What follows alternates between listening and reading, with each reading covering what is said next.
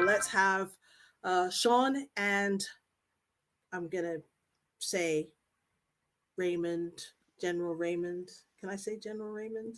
Oh, no. Tony. I feel really like, ooh, but I'm going to go ahead and, pull me back out of this discussion and have you to, just to set it up. We know the title of the discussion is called Warfare at the Speed of AI. And we've definitely seen that the way that warfare is conducted, especially with technology being so advanced now, it is conducted in cyber and it's even on the actual battlefield. It's not just people going out physically with their armor on, with their tanks and their weapons. It's actually now the weapons are really weaponized with technology. So that's just one aspect. But I'm just going to throw that to you and say, Sean, go ahead, you take it away. I will. Thank you, and thanks to get this running. And Tony, you're always just known to me as T2, but maybe you can give us an idea of where that nickname came from, and give the folks a little bit of a background for those that don't know you of who you are and where you've come from. Thanks, Sean. I actually got that handle way back, probably in about the 1990 time frame when I was working for a general officer, and he abbreviated my name, Tony Thomas, to T2, and it just stuck. Humorously, in the United States Army, in our military, as you attain general officer rank, it's usually your last initial and then the number of stars you wear. So I was T1, then T2, and people thought when I got promoted to a 4-star general, which is what I retired at 2 years ago, that I was supposed to migrate. And I said, no, that had nothing to do with my rank. It was my initials that a senior officer had anointed me with, and it stuck. But background, very briefly, I just retired 2 years ago after 39 years in the U.S. military, where I culminated as the commander of United States Special Operations Command. And for those of you in the audience who are not familiar with it, our special operations, the U.S. Special Operations, it's much larger than folks imagine. It's about 80,000 strong in terms of military, civilian, and contractors, operating in 80 different countries around the world, mostly welcome in those countries, where we're trying to do good things in terms of building partner capacity.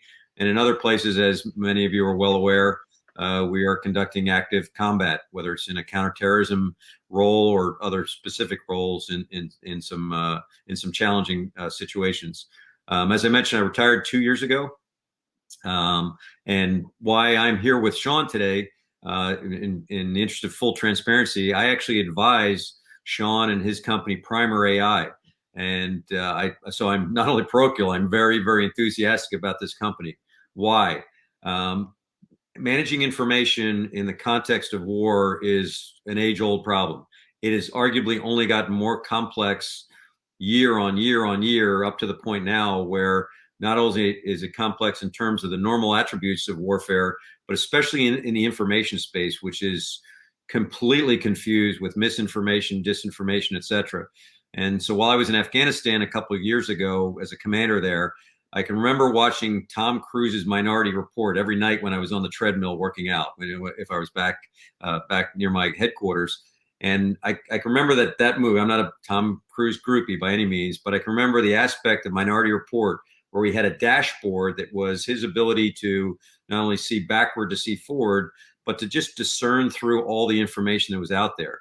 And it actually amplified an article that was, I thought, seminal back in the 1989 timeframe by one of our more prolific U.S. general officers, where he was talking command versus control, not command and control. And his one comment in there is that commanders, and you could argue in the private sector, decision makers, live in a morass of information that is equal parts champagne and swill. And the real challenge is, how do you sort through all that? And I would tell you, and Sean and I can talk in more detail, how I had my epiphany courtesy of Eric Schmidt, who challenged me about how far behind we were in leveraging AI.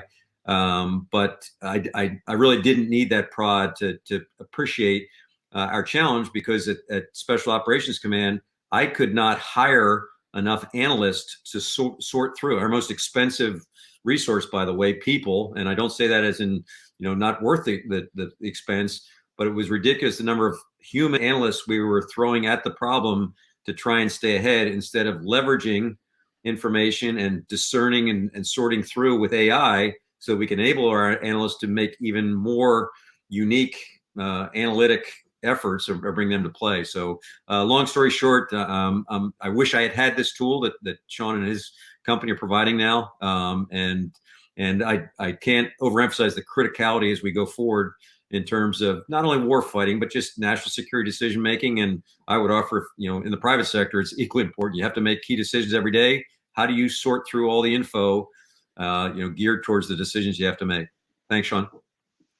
Thanks, and I think we've got Will is here. We've got Will coming through. I've done the intro as Will to Tony, so saves you that one. But it's good to see you, buddy. And I'll throw the moderation over to you because I was doing a rather amateur job. So Will, the floor is yours. Thank you for that. Thanks, and sorry for the technical difficulties on my end. But it's nice to see you both again. And yeah, I'm really pleased to be part of this session. I think it's in many ways one of the most interesting topics in technology at the moment. It's something I'm really fascinated by, and the more I've learned about what you both are up to and other private sector companies and in the public sector as well, doing around AI and defense, it's really it's really clearly going to be a massive, really dramatic shift. But it sounded like you've just given Tony it seems like I think you got a little bit from Tony as to what his why he joined the company, what that interest was. I'm wondering if we could to take the topic warfare at the speed of AI, and maybe Sean, you can talk a little bit about what that actually means, because I think that is a really important. I'm sort of thinking about that way of describing it, and it is actually very important. And we can talk about it from work you're doing yourself, but just more generally, what it means to have machine learning, AI, these advanced kind of capabilities in the defense world, in the military sort of sphere. Yeah, look, thanks, Will. And I think, look, the thing for me about artificial intelligence, firstly, is I think it's important to treat it as a different kind of intelligence, right? Like we sometimes get obsessed as humans do about replicating human intelligence, but I think it's important to recognize that artificial intelligence is a unique and different kind of intelligence. And in one way, it's very, very different, is the speed at which it can operate. So the human brain, with the biological constraints that we have, has a hardwired limit in terms of how fast it can think, and it's about 0.13 of a second. If you're in track and field, as Tony once was, and I was as well, you'll know that if you react quicker than 0.1 of a second, you'll be given a false start. Even if you leave after the gun is gone, if you leave within 0.1 of a second, you'll be given a false start because you are deemed to have not been able to have reacted to the gun any quicker than that. Of course, machines don't have that speed constraint. So machines can operate faster than humans, and humans will never be able to operate beyond our biological limits. And I think that's one piece that's really important. We saw this in the financial markets, right? We saw this in the financial markets where algorithms didn't necessarily win or dominate the world of trading because they were smarter. They dominated because they were simply faster. And now they run the majority of all trades and equities across the world.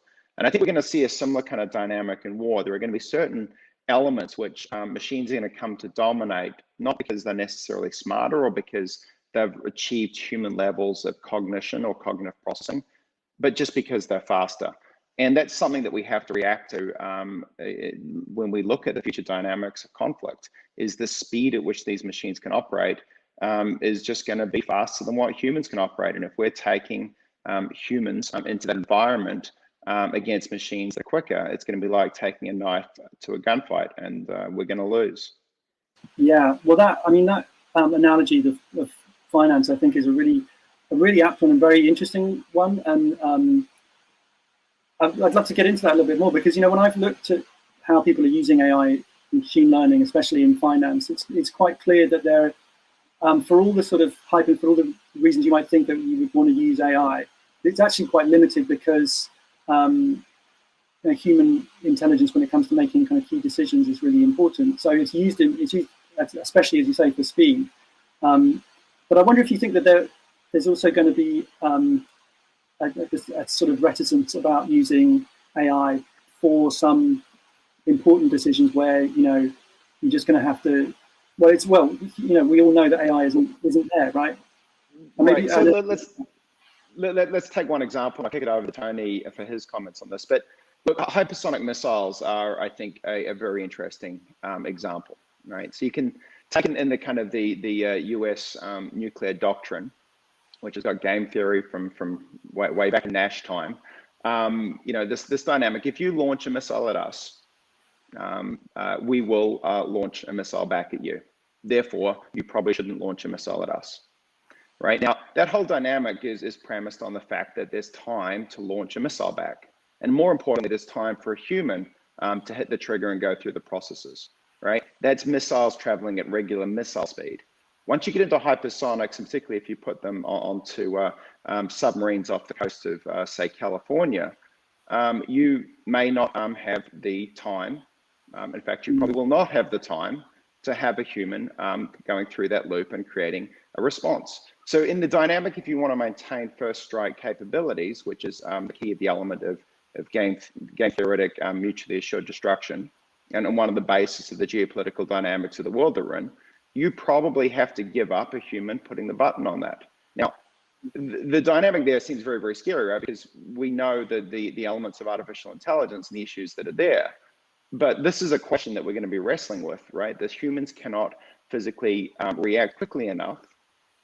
And we're going to have to throw things across to AI, not just on should we have an AI with drones on a battlefield, but should we put one of the fundamental tenets of nuclear warfare in the hands of AI, or are we going to become a second strike nation?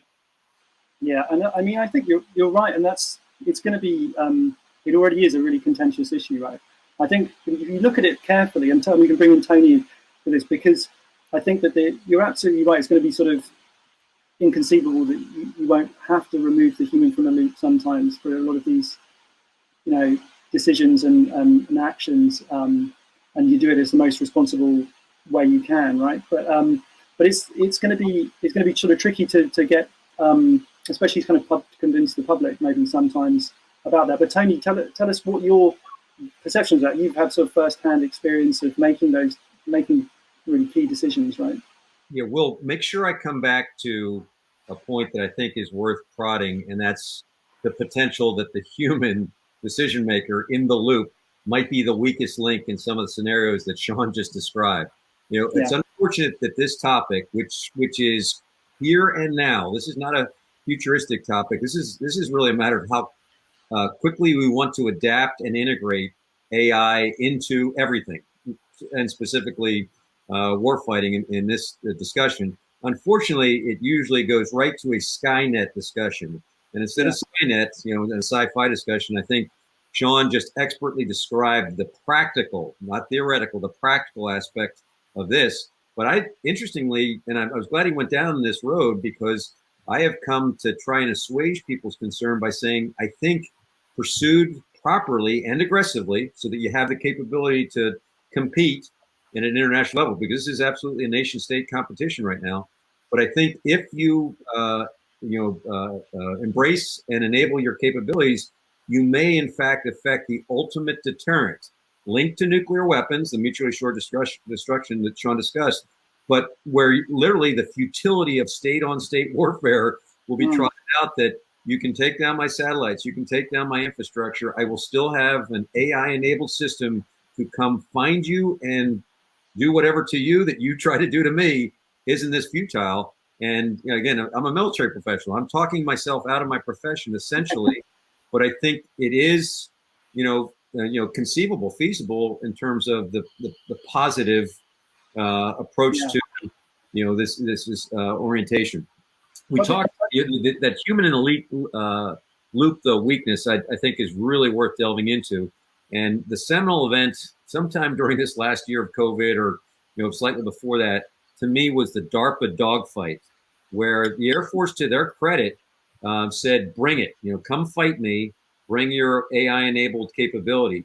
And the Air Force lost 5-0 with a guy from Top Gun It was almost I almost felt sympathetic, or very sorry for the pilot who was straining in a virtual machine trying to keep up with an AI drone coming at him that beat him 5 times in a row.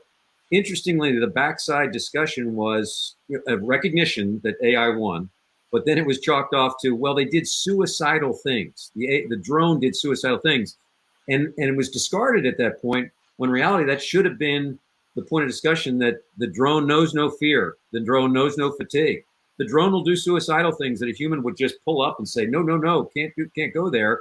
And to me, it plays to what we should embrace as far as future technology, that, I don't want my sons and daughters going mano a mano in a dogfight against some machine that will have a distinct advantage. And that's just one small aspect of warfighting that I thought was seminal. But we left that a year ago, and I don't know where we've gone since then in terms of saying, wow, pick it up, get into this mode very quickly.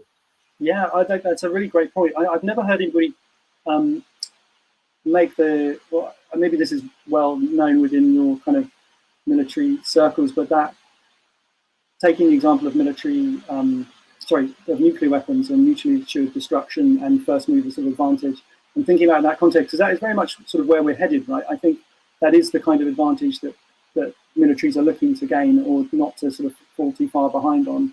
But one of the things I also find very fascinating about that, and maybe you've thought about this, and maybe I know this is an active area of research, and Sean can probably weigh in, is that that also then makes AI itself like part of not just part of the kind of the equation, the game theory, but part of the dynamic in terms of the adversary, what you attack, what you try to exploit. And I think it's kind of, if I was trying to sort of outsmart the enemy, I'd be thinking of ways to confuse their AI, right? To these kind of adversarial approaches. And I think that seems like that's going to be a huge factor that has to be sort of considered. Well, I think there's 2 parts to this. We might confuse the AI coming through. Hopefully Tony gets the internet there. But well, I think I can take that one while we get the connections back. Look, I think so much of the research into machine learning and artificial intelligence is really orientated around these sort of academic environments, right? These sort of static test environments, and can you get your F1 scores on your performance of your algorithms to kind of be the best in the world. And one of the things about that is there's no adversary.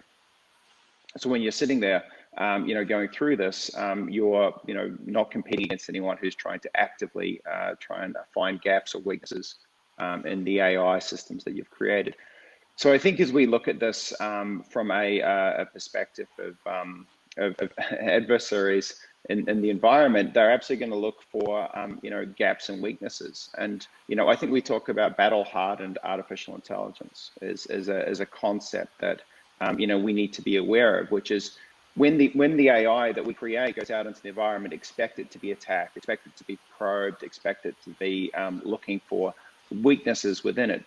Probably not by necessarily another set of humans, but probably by another artificial intelligence system. Mm-hmm. So it's AI versus AI, and I think where that comes in, right, is practically speaking, is like if you've got an AI system that takes 6 months to train and get very, very smart, and within 2 minutes of the battlefield, a gap is found by your opponent, you can't go back and retrain it for 6 months and say, hey, just hold on, I'll come back. So all these big models that we've been creating, if they have 6 months of retraining required before they go through, that's an issue. In the world that we're in, if you have open source training environments where the data sets that you use are collected from the internet, it's very possible that data could be poisoned with a backdoor effectively being created that your opponent knows about that you don't. So if you're sitting down here at the moment looking for an advantage, effectively putting a backdoor in and creating the equivalent of a zero-day attack on an AI system that you'll bring out in the first minutes of the battle, should it come through. So there's all these kind of dynamics of battle-hardened artificial intelligence, which haven't really been part of the academic literature or necessarily even the commercial environment, that are going to be absolutely front and center for anything on the military and defense applications of this technology. Yeah, it's fascinating, and I've got to ask, because there is this sort of subset of people within AI, but a lot of academics and campaigners who are just against the idea of autonomy, the kind of autonomy we're talking about, removing a person from the loop, which I agree, I think is kind of impossible if you want to compete. I mean, I can't see how you can, or you want to take advantage of the technology. And I think it also, we have to recognize that there are many systems that make pretty significant decisions within that sort of chain already. But there are people who say that this with AI, it's different. You're going to be arming, especially because it's a very accessible technology in a sense compared to say nuclear weapons. You're going to be arming a lot of people with this, and that is going to open a huge number of problems. What do you say to that? Is that and how do we sort of address that, assuming that it is impossible to keep that kind of genie in the bottle? Yeah, I think it's worth, again, theoretical or practical, remembering a couple historical historical examples.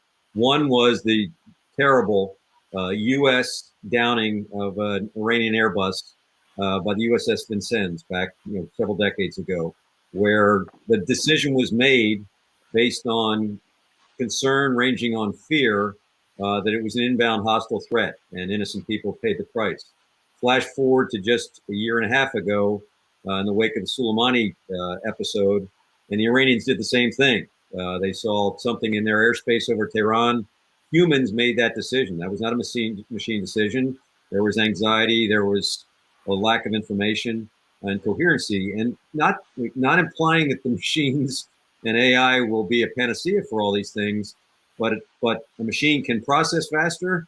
And it also, in the case of, let's say you were replacing the Vincennes with an unmanned platform in the Strait of Hormuz to patrol the Strait of Hormuz, an inbound threat, you can literally mull that until the very end. And worst case, your unmanned platform takes a terminal hit.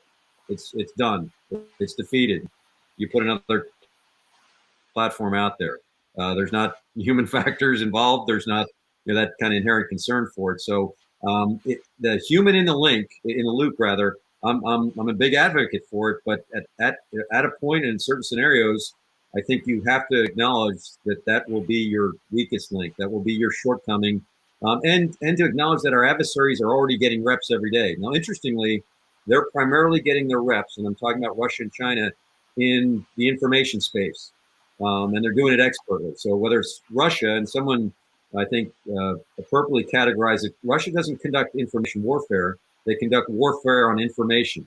They want to disrupt information as you know it. Domestically, obviously, it's very tight and packaged, but externally, it's as random as they want it to be, so that they can thrive in that morass and that messy play field.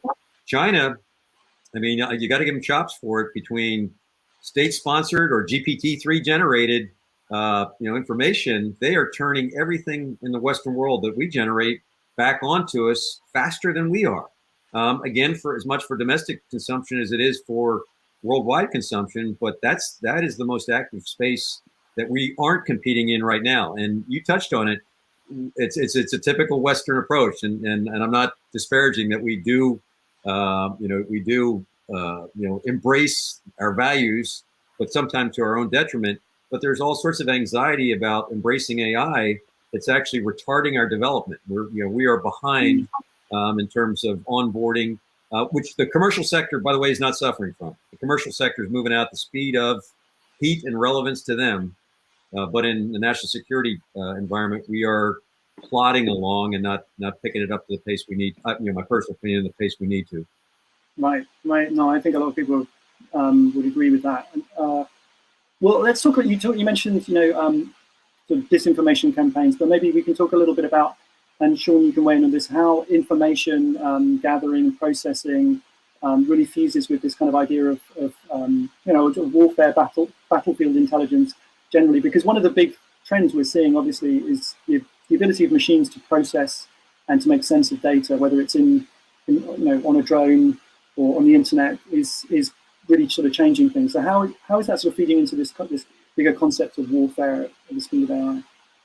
Yeah, I think the first thing to kind of just to recognize with disinformation, it seems a little bit like a sideshow, right? Like it seems like the real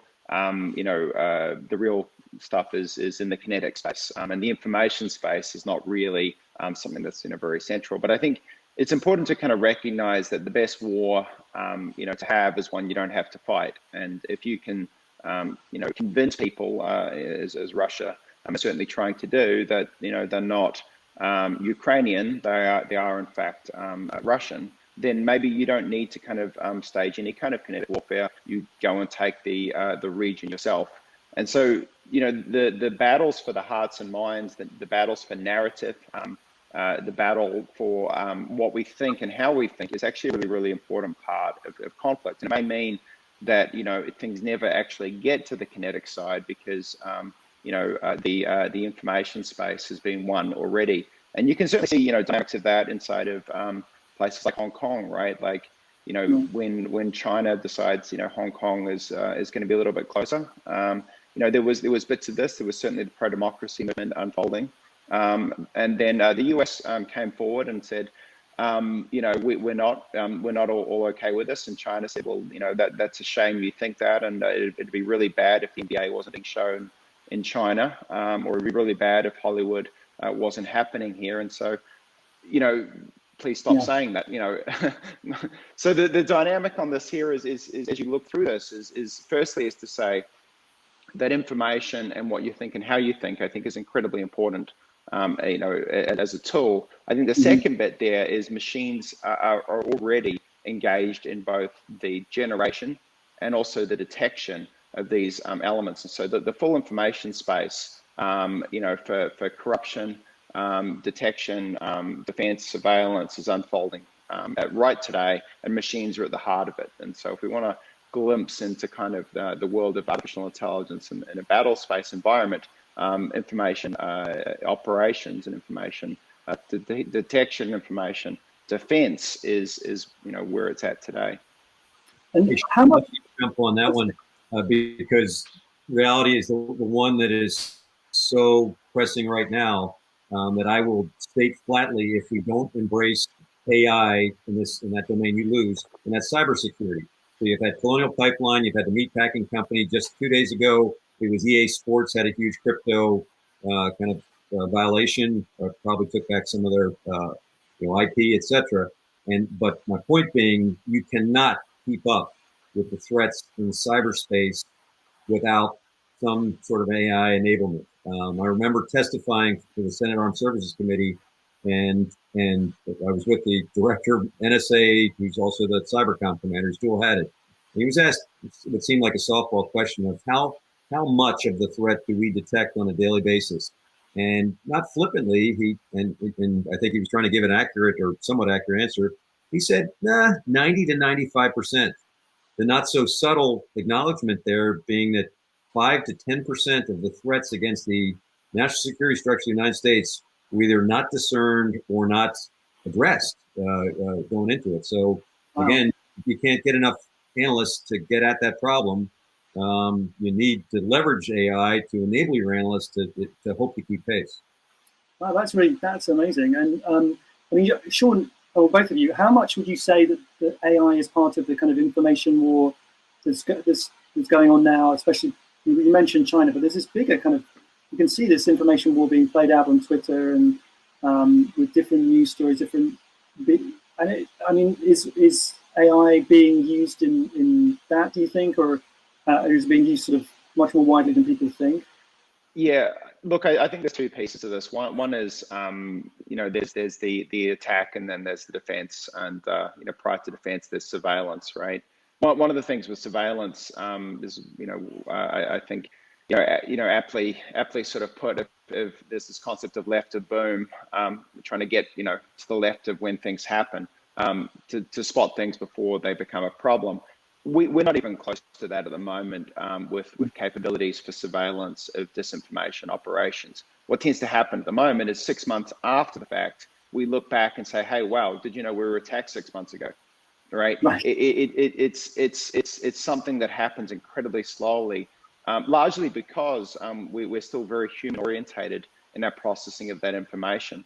So that's one side of it. So the detection and surveillance needs to speed up massively. We can't be in a place saying, wow, did you know we were hit 6 months ago? We have to be able to get to a place which is the equivalent of the high resolution satellite imagery, saying, you know, tanks and troops are amassing at the border. We need the equivalent of that for the information landscape, where we can say, look, there is a manipulative operation being started.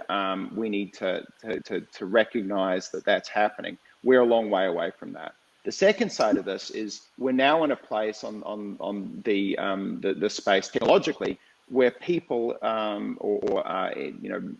opponents can use technology to generate language, to target that, to make that indistinguishable from humans, to personalize that very much to you, to A/B test that against all sorts of outcomes at effectively zero cost, to really find a message that is very, very resonant and will appeal to you and your cohort or your demographic. So this has just come online really over the last 12 months, I would say, but it's getting better and better. And one of the things we've seen, if you look at, you know, the likes of China, when you saw their first disinformation operations coming out of Hong Kong during the pro-democracy environment, it was laughably bad, right? It was laughably bad. They have got a lot better. They're in the middle at the moment of a defensive environment where they're trying to defend against the allegations of a lab leak, which is the narrative battlefield today. They've also been pushing narrative battles down here in Australia on trade elements and trade negotiations, trying to win the hearts and minds of a lot of Australian citizens to say, look, we give up on some of your core values and let China have what it wants. It's not worth the trade hit that's going to come to the country. So there are battles that are unfolding at the moment that are narrative battles that China is actively involved in. And we know that there are capabilities to generate attacks that have artificial intelligence at the center. And we also know that we've been historically very, very slow and very, very late in identifying these because it's been manual processes driving it. So this space is unfolding very quickly, and people are getting very, very proficient at this kinds of actions, and we've certainly seen that from China. Yeah, it seems fascinating with the appearance of GPT-3. Those kind of new language capabilities. China has its own model too. I mean, this is not something. It was on these massive scale transformer models for language. Some of the first ones came out of the US, and then 6 months later, China was there and front and center. So any kind of gains that you're making in this environment, are lasting on order of 3 months as an advantage. This is moving very, very quickly. Right. As I've stated, to emphasize your point, Sean, what I read, and there may actually be greater source material, but China actually started their reps in the innocuous environment of the Rio Olympics, where they were using computer-generated articles, which are relatively easy to do. So-and-so won the heat of whatever, blah, blah, blah, blah, blah, factual information, put it in human natural language context, bang, article out, long before any enterprising journalist could get to a keyboard and back that in. So they've been very creative about trying to have the advantage in this space among others, and we just need to pick it up. Yeah. So we got a couple of really good questions actually from the audience here. I'm very impressed with them. One from David Wood, which is kind of something that I think is front of my mind. He was saying, does the question about whether to keep humans in the decision loop depend on the scale of potential damage from the decision being wrong or making a mistake? And I think the question really is that a very interesting and important one is like, how do you sort of gauge whether you risk having a person in the loop or not? So I don't know whoever wants to have a crack at that. I mean, I always get back to the hypersonic missile. I mean, the scale of damage from global thermonuclear war to borrow what seems like an old phrase, but will increasingly become relevant with state-on-state conflict, is immense. And with hypersonics, you can say, well, look, there's a huge kind of consequence of this sort of decision, so we shouldn't give it to artificial intelligence. As soon as you say that, you become a second strike nation, right? As soon as you say that, what you're saying is that we will take the first strike and we will not respond until we are hit. And then we will decide with what's left of the country if we have any kind of capability of launching a nuclear counterstrike, which we probably won't at that point. So the dynamics of this, as soon as you run that sort of thought experiment, which is very practical and very real, you end up in a place where you say you can either have humans out of the loop in one of the most consequential decisions on a battlefield, which is nuclear strike, or you lose your dominance in the geopolitical landscape. You lose nuclear dominance. Neither a decision feels particularly comfortable, but the practical realities of this is we have hypersonics, we have near-peer competitors, with China. And we have a time constraint that is baked into the biological hardware of the human brain that we can't get past of. So I'm not quite sure how you run this, with the US as the top of the nuclear food chain, without rolling artificial intelligence and taking humans out of that loop. But that does not feel very comfortable, right? It feels like a terrible decision to have to make. And of course, where I think this goes is you have to get a lot better at intelligence prior to any kind of decision that's made there. By the time you get to that place where an incoming missile is detected, the game's over, because an automatic response is going to unfold. And of course, that has its own kind of Nash equilibrium, right? Which is, if you launch something at me, there will be an automated response that rolls back. But you don't want to get to that place, and this is where intelligence takes more and more importance in this kind of equation. I think anytime you're looking at this, I think intelligence comes front and center of this argument. But that kind of dynamic there is like, maybe we could just use AI in the loop for small decisions. That argument just goes out the window as soon as you roll the hypersonic element of this. So it's more about the game theory model than simply just a risk in a particular instance. Let me squeeze in one more question, which is quite good. This is from Peter Scott. Can adversaries gain asymmetrical warfare advantage by choosing combat theaters where they can use automated decision making, where Western forces are constrained by putting a human in the loop? And this is kind of exactly related to what you're saying, but in a kind of particular theater of kinetic combat, I guess. And so Tony's going to have a great perspective on this, I think. Go ahead, Tony. Yeah, I think unfortunately, again, the Western inclination is to separate kinetic from cyber, from AI, and our adversaries don't think that way. They are melding all these capabilities together. They're getting as many reps as possible to see where it plays, where it doesn't. To Sean's point, refining. I agree. Universally decried as ham-fisted was the Chinese effort for Hong Kong. Much more sophisticated now by repetitions and revisement and improvement. Just yesterday, I read an article that, how should we respond to cyber, attacks? And you can't play it any other way. Attacks on your infrastructure. And again, our Western approach is still somewhat clumsy. That is it cyber for cyber? Might I respond kinetically for cyber to show you I'm dead serious about this? But the reality is you have to have all these tools integrated in the tool bag and in your approach, or you will be suffering asymmetric aspects. I mean, it's fascinating. It's actually frightening that Sean expertly discussed the nuclear threat of our lifetime, 2021. Who would have thought, other than North Korea now has the capability to strike anywhere in the United States? Our intelligence failed epically until the high apogee test showed, about 2 years ago that they could reach anywhere in the United States. Putin is literally talking about non-strategic nuclear weapons, nuclear torpedoes, etc., as he does his saber rattling. So you just can't wish this one away. These are nation states who are threats to us, who have already, again, trotted out the nuclear threat again. And the decision making, which the previous question implied, it's almost a catch-22. Ooh, the nuke thing is too serious, or the consequences are too great to leave to the machine. Sean expertly answered it. If you're waiting and trying to sort through, boom, big boom, and it's not a good morning after. It's a stark reality at that point. So these are tough. These are unfortunate discussions, but very, very practical for 2021 because that's the world we live in now. Yeah. Okay. Well, I could talk about this all day because it is really fascinating. It's only going to become more and more important, I think, and more of a topic of sort of debate and discussion. But I think we're going to have to wrap wrap up. So I want to say thank you so much to Tony and Sean, and to everyone from watching and for those questions. That was really, really very interesting. And yeah, I look forward to continuing this discussion with everyone. Thank you. I'm going to hand back to Suki now.